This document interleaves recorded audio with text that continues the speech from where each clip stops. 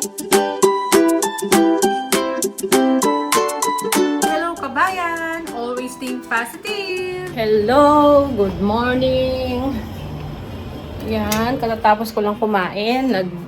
Breakfast lang ako ng aking pansit. Yun. Dinner namin kagabi yung pansit. Bali, tira yun. So, kinain ko siya ngayon. Tapos, nag-init ako nung sinigang na hipon. Humigop ako ng sabaw. Kahit na mainit ngayon dito. So, yan, tumutunog yung ating alarm. Ayan, patayin ko muna. Ibig sabihin to, yan, iinom ako ng medicine. Kaya lang maya-maya na, kasi nga, kakakain ko lang. Diba? Pahinga ko lang muna yung tiyan ko. Paanoin ko muna, pababain ko muna. Ano yun naka-alarm ako dun sa aking maintenance na medicine. So, ganun. Maya-maya na ako iinom. So, maghugas muna tayo ng plato sa dami ng yan. Naayos ko yung lagay ng basurahan. Tinapon ko na yung laman. Tapos, ito, mga hugasan natin, katambak. Grabe. So, may kanin na tayo dito. Ayan. May niluto pa nga ako na itlog nilagay ko. Tapos, ito yung hipon na, sinigang. So, yung hipon na, niluto ko, lalagyan ko sana ng pag sinigang tayo, di ba? Yung iba naglalagay ng sibuyas, kamatis. Ako hindi ako nakapaglagay ng kamatis. Bakit kamo? Sobrang init dito, grabe. Summer na talaga. Bali kahapon umabot ata ng hindi ko lang kung 38 o 37. Ngayon aabot siya 37 degrees. Bali pa lang, 33 degrees pa lang ngayon, pero sobrang init na, random mo na. Kaya kung nasa labas ka, mahangin na mainit yung singaw ng yung dito sa labas. Tapos hanggang mamayang hapon, magiging 37 degrees siya. So ngayon 33 pa lang, pero sobrang init na. Alam niyo ba, umaabot pa ng 40 dito minsan. Mahigit pa. Lalo na pag December na yan. Kaya sobrang init. Minsan tinatawagan ko nga si Mr. Kinakamusta ko siya. Yung sabi ko, lagi siyang iinom ng tubig. Kasi doon sa pwesto pa naman siya, mainit doon. Kaya minsan, tinetext ko siya or tinatawagan ko. So, yun. Maya-maya nito, check ko siya uli. Yan, 11 o'clock pa lang naman. Mga alas 12, tatawag ako sa kanya. Para i-remind siya na more water siya. So, yan, linisin ko muna yung sa kusina. Tapos, may share pala ako sa inyo. Papakita ko yung aking ginagamit na fertilizer, organic fertilizer, na dinidilig ko sa aking kalamansi, sa aking mga halaman. Kasi, effective siya. Dahil yung kalamansi ko, wala nang bunga yun eh. Naubos na namin ni Mr. yung bunga no. Nung binili namin siya, di ba, ang dami niyang bunga. 25 pieces na malalaki. Nagamit na namin. So, last day kagabi, yung nag-iisang bunga na lang yan na hinog, kinuha na kagabi ni Mr. Kasi nga, kumain kami ng pansit, yun ang dinner namin. Tapos, alam nyo ba, may mga bagong bunga yung kalamansi namin. Ang dami, tapos namumulaklak pa. Kasi sabi ko, effective bata yung kasi may napanood ako sa YouTube din, kasi naghanap ako ng organic na fertilizer, yon. Tapos tinry ko siya. So pang-apat ko na ngayon itong gagawin ko, kasi kadidilig ko lang naman nung isang araw. So ngayon sasangkapan ko na. Nag-ipon ako ng mga kasi yung mga natin. Yan? Yung mga kung basta papakita ko mamaya, i-explain ko sa inyo. Hugasan ko lang naman yung mga plato, tapos papakita ko rin yung ating kalamansi. Yung mga bunga niya, ang dami. So, yan. See you ulit mamaya. Yan. Hugasan na natin yung mga plato natin. Mga ginamit pa kaninang almusal to. Mga nag-work. Tapos siya nga pala, meron pala akong shout out. Shout out kay All About Mommy at ayon. Yun, ilalagay ko na lang dyan. May tanong siya dun sa previous kong video. Tinatanong niya yung about sa pagbili namin ng tubig na nakabote. Ayan. Kung hindi ba daw potable yung tubig dito. Ganito kasi, nung dumating kami dito, 2015, bagong dating kami dito ng mga bata, tinry naming inumin tong yung galing dito sa faucet, dito nga, sa running water. Sumakit yung tiyan namin. Tsaka talagang, nag-ano kami, basta yung kumukulo yung tiyan namin. Ilang araw yun. So, hindi hiyang ng tiyan namin talaga yung tubig dito. Si Mr., hiyang niya yung dito, yung sa running water. Kasi, may ginagamit naman si Mr. yung pangsala. May pang-filter siya na pichel. Ito, pakita ko sa inyo. Ganito siya. Ito. Tulad nito, ayan, pinifilter niya yan. Yung galing na tubig dito, ayan. So, siya lang ang umiinom ng tubig na galing sa, sa faucet natin, sa running water. So, kami, dahil buot na sumakatan tiyan namin, nagalburoto yung tiyan ko, ganun, kahit mga bata. Nung palang bagong dating kami, nung after a week, bumili na si Mr. na nakabote. So, yun, hanggang ngayon, nakabote yung iniinom namin. Kaya, yun sis, kaya nakabote yung binibili namin tubig. Kami lang naman mga bata. Tapos si Mr., mas gusto niya yung iniinom yung nasa dito. Kasi hiyang si Mr. dyan eh. Hindi naman sumasakit ang tiyan niya. Tsaka, matagal na rin si Mr. dito nun eh. Diba, 2012 pa lang dito na si Mr. So, yun. Nung kami dumating dito, hindi namin talaga, sinubukan naman namin inumin, hindi namin talaga hiyang. Kaya, yun, hanggang ngayon, bumibili kami ng tubig na nakabote. Pero at least, napapapalit naman namin yung nasosoli namin yung mga, yung empty bottle, diba? Nabebenta naman namin. So, nakukuha namin yung doon, yung napagbilhan ba. Pero iniipon ko. Iniipon ko yung napagbebentahan ko doon sa mga bote na yun. So yun sis. Kaya bumibili kami ng tubig. Pero si panganay may sagot nun. Pag akong bumili, babayaran niya. Kasi sa kanya yung tubig. So yun. Sana nasagot ko yung question mo sis. Tapos, siya nga pala, i-update ko kayo dun sa about dun sa aking tissue. Nakapag-start na pala ako nung after natin bumisita sa bahay, pumunta kami dun sa center. Nagpa-appointment na ako. Kasi nakuha ko na yung ating request galing kay doktor, yung ating care plan. So, para makalibre tayo ng pisyo, walang bayad. So, nung araw na pumunta kami nung Monday, ayan, tamang-tama, tinanong kami kung pwede ako ng 440. Eksakto, nakalib si Mr. nun, diba? Kaya yun, nakapagpa-pisyo na ako, na papakita ko na lang nga dyan, yung ginawa sa akin. So, 4 to 5 session yon. Bali, babalik ako uli sa Monday, alas 4 ng hapon. Meron ako uli session. So, yun, para, gumaling yung aking nasa balikat tsaka sa aking likod. Yung mga exercise. Binigyan niya ako ng gagawin ng mga exercise eh. So, yung Zumba nga daw sana, ituloy ko siya. Sabi ko na stop lang naman ako mag-Zumba bukat nung nagkasakit ako. Diba? Kaya sabi ko, magsusumba talaga ako. Itutuloy ko yon kasi lumiliit yung tiyan ko pag nagsusumba ako. So, yun. Binigyan lang niya ako ng mga mga tips yung mga exercise na gagawin ko. So, babalik ako sa Monday. Yan. Libre naman yung pisyo, walang bayad. Kasi may care plan na nga ako. So, yun. Tapusin ko lang to. Tapos mamaya, ipapakita ko sa inyo yung aking organic fertilizer. So, yan. So, yan. Tapos na tayo magugas ng plato. Ayan. So, dinidrain ko na lang dyan para mamaya mailagay natin sa mga lagayan. Siya nga pala, ito, papakita ko na yung aking organic fertilizer. Ang tawag niya dito, ayan, Swamp. Swamp Organic Fertilizer. So, nakita ko rin naman pa sa nanood ako sa YouTube kasi dahil naghahanap nga ako ng organic na fertilizer na pwedeng idilig sa mga yung tulad ng lemon, yung mga citrus, sa kalamansi, tsaka sa ibang halaman.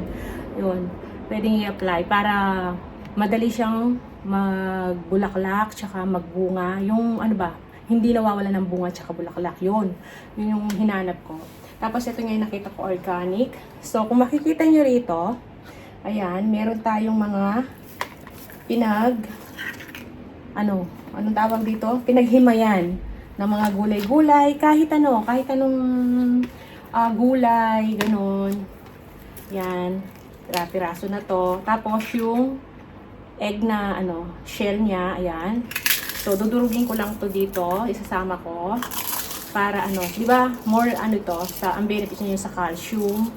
Yan, tapos yung gulay. Basta yung mga pinagbalatan ba ng mga gulay-gulay diyan, prutas, kahit Tapos lalagyan lang natin ng tubig to. So, after 2 days or 3 days, pwede na natin siyang idilig dun sa mga halaman natin. So, ganun yung ginagawa ko. Bali, pang-apat ko na to. Pang-apat ko ng timpla. Kasi nagdidilig ako minsan every 5 days or depende kasi ngayon, sobrang init. Parang chine-check ko muna yung lupa nung nakapaikot dun sa ating halaman tulad nung sa ating kalamansi. Chine-check ko muna kung basa pa yung lupa. Pag basa pa yung lupa, hindi ko muna siya didiligan. Pinapabayaan ko muna siya ng mga ilang araw. Tapos, saka ako magdidilig uli. Yun. Tapos, ito nga. Saka lang ako maggagawa nito, titimpla. Kasi wala naman tayong malaking drum. So, dito lang ako titimpla. Ito, sa lagayan na to, na container. Maliit lang siya, konti lang siya. So, ito. Binubuhos ko doon sa kalamansi natin to. Pag may tira doon sa iba kong halaman, ayan, kaya nagkakaroon siya ng maraming dahon ba, yung sa natin, mandarin na isa, tapos yung sa apple natin, tapos yung sa mulberry, ayan, yung lahat ng mga halaman ko naman yan. So, titimplahan na natin to, lalagyan natin ng tubig. So, pakita ko sa inyo. So, lalagyan lang natin ng tubig to para ma-absorb na yung yung mga nutrients nito, yung mga kanyang vitamins. So, pababayaan ko lang siya ng 2 to 3 days bago natin i-delay. So, pwede pa tayong magdagdag dito. Kapag meron tayong mga hiniwa kung gulay, prutas, or kahit yung sibuyas, pwede rito. Ilagay mo lang para pandagdag lang ba. So, tapos, i-dilig natin. After 2 days or 3 days, i-dilig natin yung yung tubig niya. So, yun ang Pwede pa naman gamitin uli, kaya lang ako, after 3 days, o kaya, pag naidilig ko na, tinatapon ko na kasi mamamaho dahil siyempre, ilang araw na nakababad, diba? Bumabaho din to Yan, organic fertilizer to. Diba yung iba, yung mga naman, sa nabubulok na ulam, yung mga tira-tira, ito, nandito naman, yung mga tira-tira nating ulam na pinagkainan. Yan, pwede sa yan, i-compose. Nilalagay ko minsan sa lupa. Kaya lang, wala pa tayong space dito. Kaya hindi ako makapaglagay. Kaya tinatapon ko. Kaya dito ko iniipon. Tapos, itatapon na lang namin dun sa green waste kasi kumukuha sila ng mga ng mga na-compose na yung mga pwedeng i-compose na mga ganyan na tinatapon namin. Ay kumukuha dito. Tapos ito, yan. Di ba? Ganyan muna. Hindi ko masyadong pinuno yung tubig kasi nga minsan maglalagay pa tayo ng kung ano-ano dito. Minsan naghihiwa ako ng mga gulay dito pag nagluluto ako. So, tapos yung egg, pag umaga, yan. Isasama ko lang dito. Ayan. Ganyan siya. Ayan. Isasama lang natin dito yan. So, pwedeng takpan. Ayan. Ilalagay ko lang sa ilalim yan. So, dyan muna siya. Ayan. O, ganyan lang. Ganyan lang yung paggawa nung swamp organic fertilizer. So, after 2 to 3 days, pwede na natin idilig yan. O, diba? Ay ngayon lang ako nagtimpla uli kasi kadidilig ko lang nung isang araw doon sa ating kalamansi. Kaya yan. Baka idilig ko yan sa Saturday. Kasi sobrang init dito kaya binabantayan ko rin yung yung lupa ng kalamansi natin, mga halaman natin. Kung basa pa yung lupa, hindi muna ako magdidilig. Tapos kapag tuyo na talaga siya, dry siya, medyo madadry na, dinidiligan ko na. So, pakita ko yung mga kalamansi. Ang daming bunga. Maliliit pa. So, ayan. So, ayan na yung ating mga kalamansi. O, diba? Ayan. Ang daming bulaklak niya. Ayan, no? Nagulat nga ako. Ang dami. Bagong siya. Lumitaw. Tapos yung mga bunga, ayan. Maliliit pa. As in talagang dami. Kahit nabilangin mo. lagpas ng ano siguro yan, mga 30. So, ayan no. Kasi Mister, nagulat din siya. Ang dami palang bagong bunga. Tsaka yung mga ano niya, dahon na yan. Bagong usbong. 'Di ba? Ang daming bunga niya. Tapos may nakita na kami diyan, medyo malaki na. Yan, may isa diyan sa side, sa may likod. Ayun, papakita ko sa inyo diyan. Ayun, no, 'di ba? Lumaki-laki na siya. At meron pang isa sa taas eh. Ayan yung mga bunga ang liliit lang, hindi ko alam kung nakikita niyo 'yan. Ayan sa taas, 'di ba? Ang dami. Merong ano diyan, isang malaki din. Nakatago siya. Yan, makikita niyo 'yan, 'di ba? Yan pa ang liliit. Mga bagong bunga yan kasi naubos na yung dating bunga niya, nagamit na namin talaga. So, ang bilis niya mamunga ngayon, tsaka magbulaklak, buhat nung dinidiligan ko siya nung yung swamp organic fertilizer talaga. Yan. O, diba? Yo. Tapos, parang tumangkad pa nga tong kalamansi na to eh. Ayan naman bulaklak ang dami. Yan. Kaya tuwang-tuwa kami ni Mister. Sana pag lumipat tayo, kung mailipat ko man yan sa lupa, sana wag lang siya mamatay. O, diba? Yan.